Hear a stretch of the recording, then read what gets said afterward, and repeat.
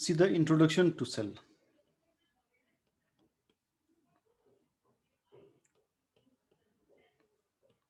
सबसे पहले Robert Hooke ने जो कॉर्क ट्री है उसका बार्क स्टडी किया। कॉर्क किसे कहते हैं? जो हम बतौर बॉटल स्टॉपर्स यूज करते हैं वो है कॉर्क। ये एक बॉटल है,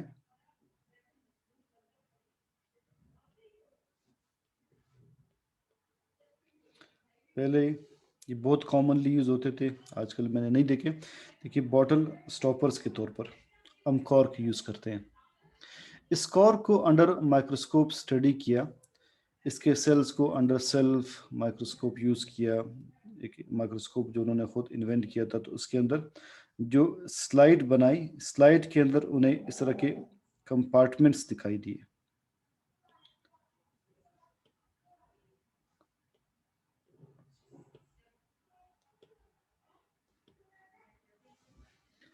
इन कंपार्टमेंट्स को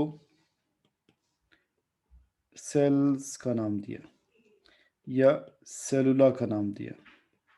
They were named as cellula or celluli. Celluli means small rooms, yeah, that means compartments.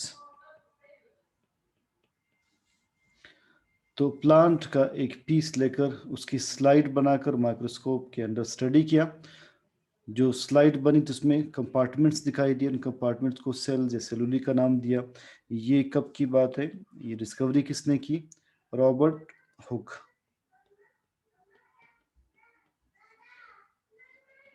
It is 1665। Test में डेट्स नहीं आते, बस दो ही बार टेस्ट में डेट्स आई। एक बार 1831 न्यूक्लियस की डिस्कवरी की डेट आई और एक बार ये सेल की डेट आई है, अदरवाइज डेट्स नहीं आते। इसके बाद 1805 में लॉरेंस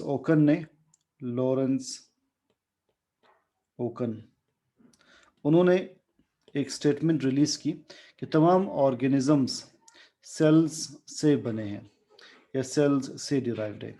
ऑल द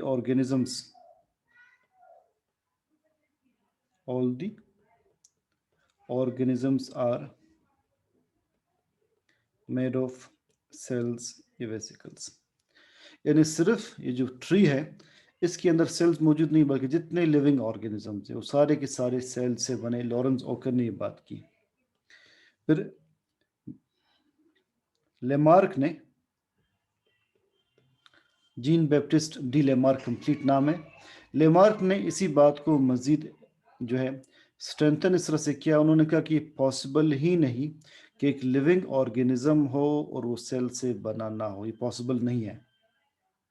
उन्होंने क्या किया कि it is not possible for a living organism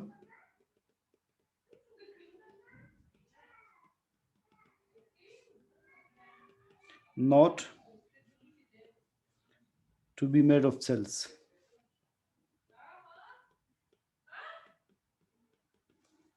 Lawrence Oken ने जो बात की उसी बात को डी लेमार्क ने रिपीट किया।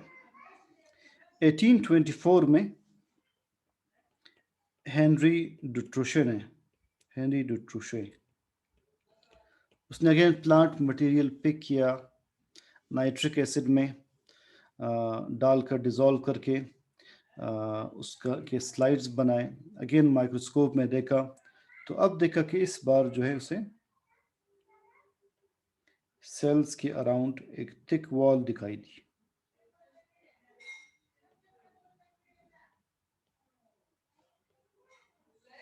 इस थिक वॉल को उन्होंने नाम दिया सेल वॉल का। It was named as cell wall. तो हेनरी डुट्रूशे ने 1824 में सेल वॉल डिस्कवर किया प्लांट सेल्स में। 1831 में रॉबर्ट ब्राउन ने इसके अंदर न्यूक्लियस डिस्कवर किया। सो 1824 में सेल वॉल की बात सामने आई। 1831 में रॉबर्ट ब्राउन ने न्यूक्लियस डिस्कवर किया।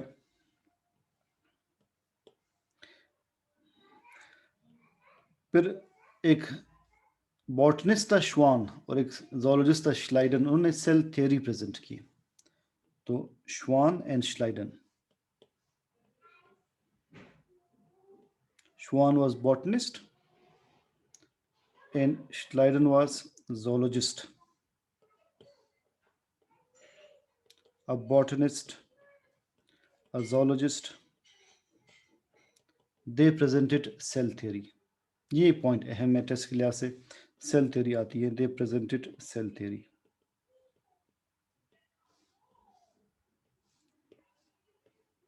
सेल थ्योरी के 3 पॉइंट्स थे। एक, तमाम लिविंग ऑर्गेनिजम्स सेल्स से बने हैं, all living organisms are made of cells. वही बात रिपीट हो गई। सेकंड, नए सेल्स कैसे बनेंगे? ओल्ड सेल्स की डिवीजन से बनेंगे। जब ओल्ड सेल्स डिवाइड होंगे तो नए सेल्स बनेंगे।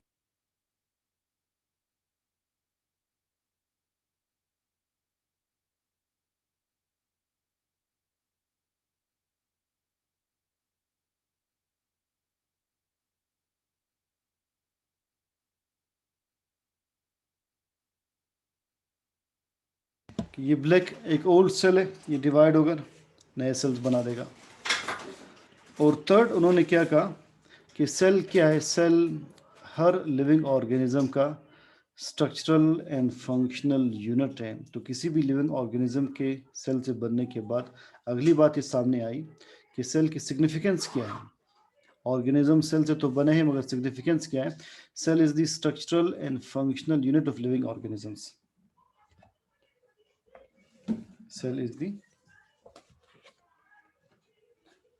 structural and functional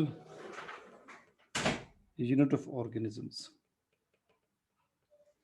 So cell theory के 3 पॉइंट्स, तमाम लिविंग ऑर्गेनिज्म सेल से बने हैं, नए सेल्स ओल्ड सेल्स की डिवीजन से बनते हैं, और cell structural and functional unit है लिविंग ऑर्गेनिजम्स का। रुडोल्फ विर्चो, उन्होंने यही बात रिपीट की जो कि सेकंड पॉइंट है सेल थ्योरी की का। उन्होंने कहा कि ओमनिस सेलुला ई सेलुला, ओमनिस सेलुला ई सेलुला, and this means new cells arise by the division of old cells. New cells arise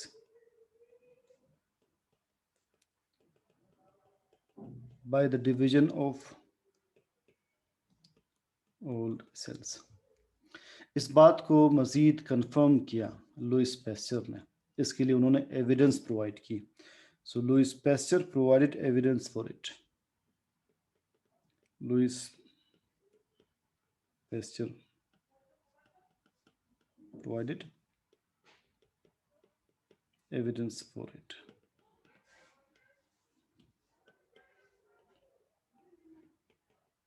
Cell fractionation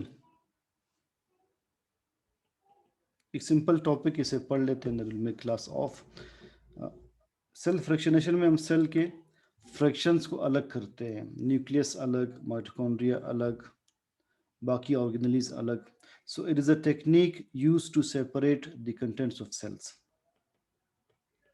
it is a technique or experimental procedure used to separate the contents of a cell। Cell के contents हम इससे अलग करते हैं। कैसे अलग करते हैं? इसका पहला स्टेप ये है कि आप किसी सोर्स से, उस प्लांट से एक पीस लें, इसको फिर हम एक ऐसे केमिकल मिक्सर में कन्वर्ट करते जो कि एक लिक्विड टाइप हो। हम इसका एक केमिकल मिक्सचर बना लेते हैं।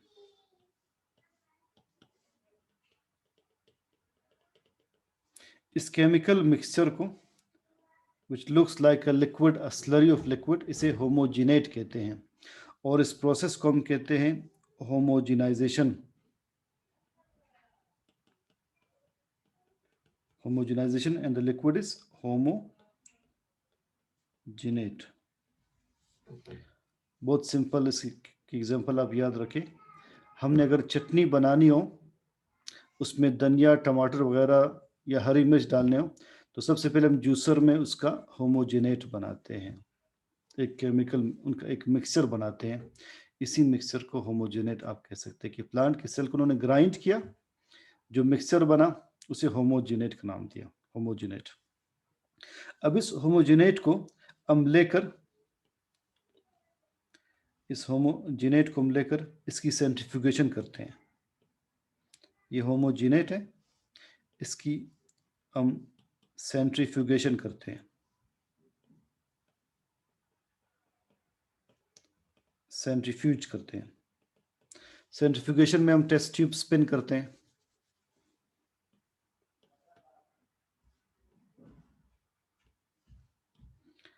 तो आप जब सेंट्रीफ्यूगेशन करेंगे, कुछ लिक्विड ऊपर रह जाएगा, नीचे कुछ पार्टिकल्स बैठ जाएंगे।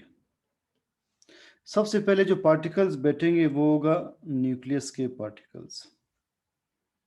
जो पार्टिकल जितना हैवी होगा वो उतना ही पहले नीचे बैठेगा। ऊपर जो लिक्विड रह जाएगा, इस लिक्विड को कहते हैं सुपरनेटेंट। नीचे सेडिमेंट्स बैठ जाते हैं, वो न्यूक्लियस के होंगे, ऊपर लिक्विड सुपरनेटेंट होगा। इसके बाद आप सिर्फ सुपरनेटेंट ले, सिर्फ सुपरनेटेंट ले, यानी सिर्फ ये पार्ट लें, न्यूक्लियस को अलग कर लें और रिमेनिंग सुपरनेटेंट लें। इस सुपरनेटेंट को अगेन आप सेंट्रीफ्यूज कर लें। आप सेंट्रीफ्यूज करेंगे तो कुछ पार्टिकल्स नीचे बैठेंगे। वो पार्टिकल्स किस चीज़ के होंगे? इस बार जो पार्टिकल्स अलग होंगे, न्यूक्लियस के बाद हेवियर पार्टिकल्स क्या है? माइटोकॉन्ड्रिया अलग होगा। माइटोकॉन्ड्रिया के साथ क्लोरोप्लास्ट हो सकता है अगर ये प्लांट सेल्स हों, पर ऑक्सीसोम्स अलग होंगे, फिर लाइसोसोम्स अलग होंगे नेक्स्ट स्टेप में। तो इससे जो पार्टिकल सबसे हेवी वो पहले आइसोलेट होगा, जो लाइटर पार्टिकल वो बाद में अलग होगा। तो नेक्स्ट में लाइसोसोम्स और पेरोक्सिसोम्स, नेक्स्ट में क्लोरो एंडोप्लाज्मिक रेटिकुलम अलग होगा, फिर राइबोसोम्स अलग होंगे। इस तरह से हर पार्टिकल अलग अलग डेंसिटी वाला अलग होता जाएगा डिफरेंट स्टेप्स में। इसे कहते हैं density gradient centrifugation. Actual process इस तरह से है।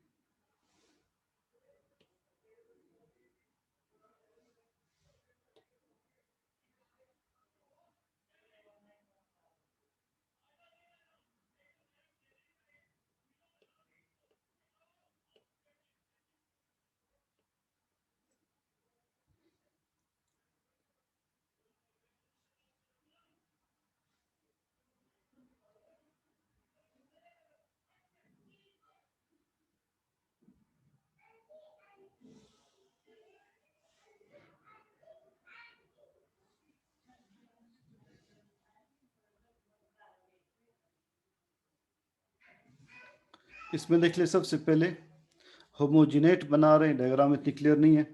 उसके बाद न्यूक्लियर फ्रैक्शन अलग हो रहा है, फिर माइटोकॉन्ड्रियल, फिर माइक्रोसोमल।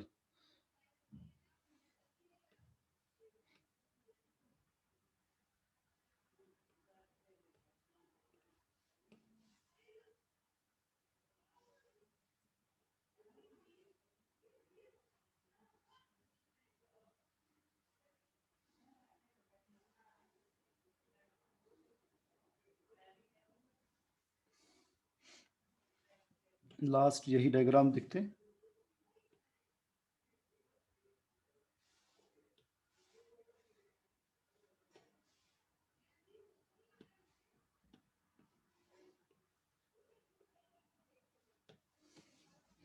कि सबसे पहले जो केमिकल मिक्सचर आपके पास होगा उसे कहते हैं सेल होमोजिनेट। इसको सेंट्रीफ्यूज कर लें तो न्यूक्लियाई अलग होंगे, कुछ होल सेल्स अलग होंगे और बाकियों के साइटोस्केलेटन्स अलग होंगे, जो फिलामेंट से माइक्रोट्यूब्यूल्स वगैरह आप पढ़ेंगे। अगले स्टेप में माइटोकॉन्ड्रिया अलग होंगे, क्लोरोप्लास्ट अलग होंगे, फिर लाइसोसोम्स पेरोक्सिसोम्स अलग होंगे, फिर microsome, microsome means endoplasmic reticulum अलग होगा, फिर राइबोसोम्स अलग होंगे, सेल में अगर वायरसेस है वो अलग होंगे, लार्ज मॉलिक्यूल्स अलग होंगे, और फिर जो लास्ट में लिक्विड रह जाएगा वो लिक्विड कहलाएगा साइटोसोल। तो इस प्रोसेस को कहते हैं डेंसिटी ग्रेडियंट सेंट्रीफ्यूगेशन। कल मैं इसे दोबारा ब्रीफ करके फिर आगे इंशाल्लाह हम कंटिन्यू करते हैं। सी यू टुमारो इंशाल्लाह।